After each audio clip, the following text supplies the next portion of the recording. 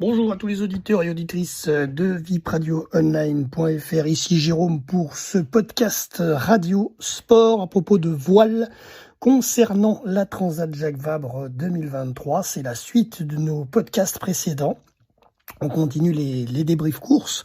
Donc aujourd'hui, on démarre par ce lundi 6 novembre, 8 jours après leur premier départ au Havre. Les 46 équipages en Ocean 50 sont partis à 10h30 et en classe 40 à 10h45. Ils ont donc pris la mer avec ce deuxième départ depuis Lorient sous une pluie diluvienne.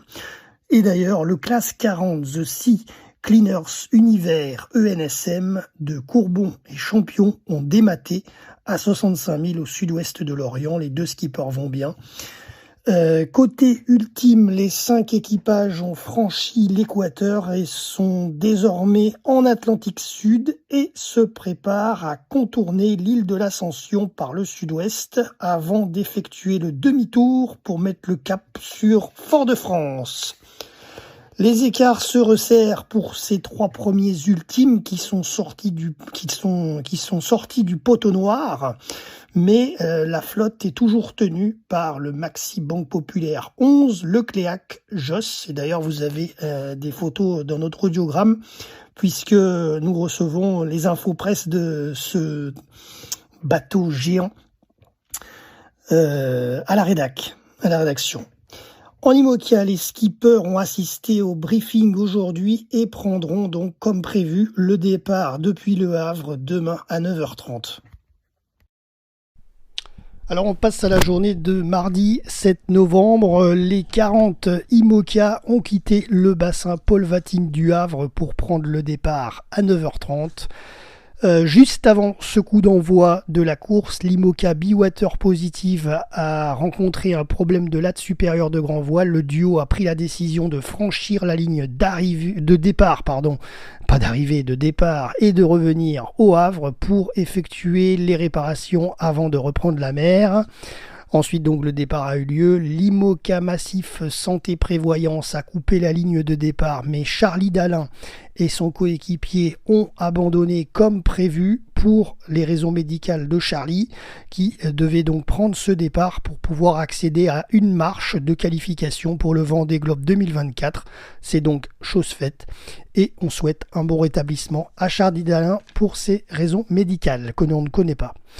Ensuite, en Ocean 50, le duo de Coesio a constaté une avarie sur les carénages de bras de liaison endommagés avec une petite voie d'eau. Erwan Leroux et Audrey Augereau sont allés se dérouter vers la Corogne.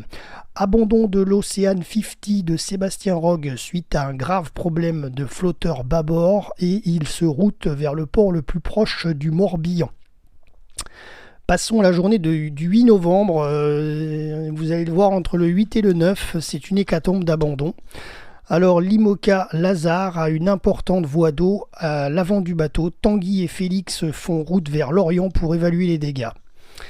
Mercredi, abandon également donc de l'IMOCA Stand Azouane de Éric Bellion et Martin Lepape. Une lisse s'est décollée à l'avant du monocoque. Il se dirige vers le port le plus proche pour évaluer les dégâts de ce problème structurel que représente ce risque pour le bateau.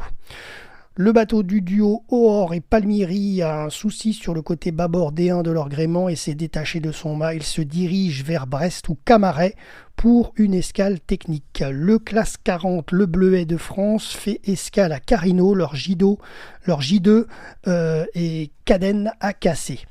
L'IMOCA Groupe Apicil de Damien Seguin a informé son équipe à terre que la baume du monocoque a rompu. Damien et son coéquipier vont étudier les possibilités pour la suite de la course. L'IMOCA MACSF de Isabelle Josque à la grand voile qui est déchiré. Le duo fait route vers la base de Lorient pour réparer dès que possible. Et pour terminer sur la journée de mercredi, l'IMOCA Biotherme a aussi sa grand voile déchirée. Paul Meillat et Mariana font route vers Brest pour réparer.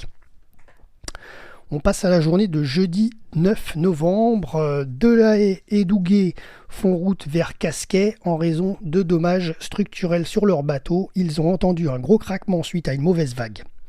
Le classe 40 Team Control répare son balcon avant endommagé et espère repartir. Abandon de Be Water Positive, c'est le fameux bateau qui a eu un problème avant le départ des IMOCA. Donc ils sont au port de Gosport et ils abandonnent pour raison médicale Scott Scheuer qui devrait se rétablir rapidement. L'Ocean 50 Coesio de Erwan Leroux doit abandonner suite à des dommages sur les bras de liaison. Une bonne nouvelle quand même, l'IMOCA Groupe Apicil de Damien Seguin et Laurent ont pu reprendre la course après un super travail de l'équipe technique et une baume prêtée par Benjamin Dutreux. Abandon officiel du classe 40 Curium en raison d'une fuite d'eau au niveau de l'arbre d'hélice survenue lundi 6 novembre. Abandon de Biotherme à Brest, l'escale technique de Paul Melia et Mariana ne leur a pas permis de reprendre la mer avant la nouvelle dépression météorologique qui sévit actuellement au large des côtes bretonnes.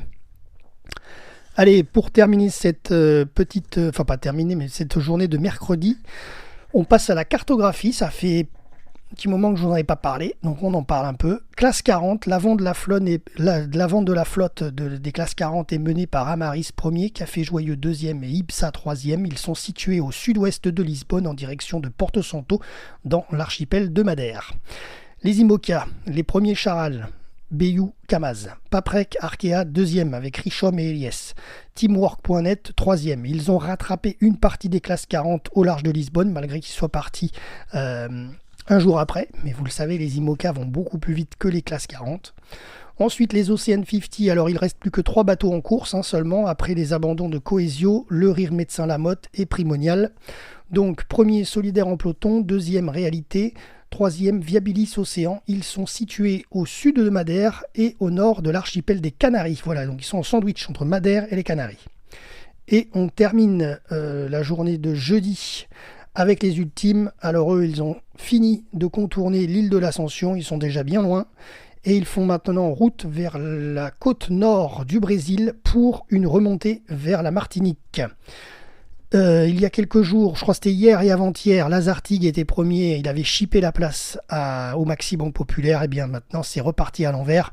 Le Maxi Banque Populaire 11 de Lecléac et Josse ont repris la tête de la flotte avec 56,6 000 d'avance sur SVR Lazartigue de Gabar et La Perche. Et le troisième, c'est le Maxi Edmond de Rothschild avec Caudrelier et Israël. Quatrième, Sodebo Ultime avec Coville et Rouxel. Et cinquième, Actuel Ultime 3 de Marchand et Chabani. Alors, vendredi 10 novembre, en IMOCA, Maître Coq de Yannick Bestaven, vainqueur du Vendée Globe 2022, et Julien Pulvé ont été contraints à l'abandon suite à des dégâts importants constatés par leur équipe technique à terre. Abandon également pour la classe 40 de The Sea Cleaners Universe ELSM de Coubon et Champion. Sur l'IMOCA MACSF, c'est une bonne nouvelle pour Isabelle Joschke et Pierre. La grande voile a pu être réparée à Lorient. Ils sont repartis en course. En ultime avarie majeure pour le Maxi Edmond de Rothschild de Caudrelier et Israël. Le système de barre a subi un choc. Le duo réfléchit à une procédure de réparation pour rejoindre Fort-de-France quand même en Martinique et tenter de garder leur place dans le classement. Alors samedi 11 novembre, abandon de l'IMOCA d'Olivier Hir et son coéquipier suite à un problème de gréement. Le village de la Transat Jacques Vabre a ouvert ses portes aujourd'hui à Fort-de-France en Martinique. On fait le point classement. Alors en ultime, le Maxi Banque Populaire 11 de Lecléac et Josse tient la flotte. Ils sont situés au nord du Brésil, ils ont repassé l'équateur, ils ont une arrivée qui est à 835 000 de Fort-de-France et on peut estimer une petite ETA d'ici lundi soir dans moins de 48 heures. SVR Lazartigue de Gabar et La Perche 2e, le Maxi Edmond de Rothschild malgré leur avarie de problèmes de barre, Caudrelier et Israël sont 3e, Sodebo Ultime 3 sont 4e avec Coville et Rouxel, Actual Ultime 3 5e avec Marchand et Chabani. En Ocean 50, la flotte est au Cap Vert, Solidaire en peloton 1er, 2e Réalité et 3e Viabilis Océan. En IMOCA, les premiers sont à l'est de Santa Maria aux Açores, le point de passage. Teamwork.net premier, Groupe Dubreuil deuxième, Freelance.com avec Soulé et Roland Jourdain sont troisième.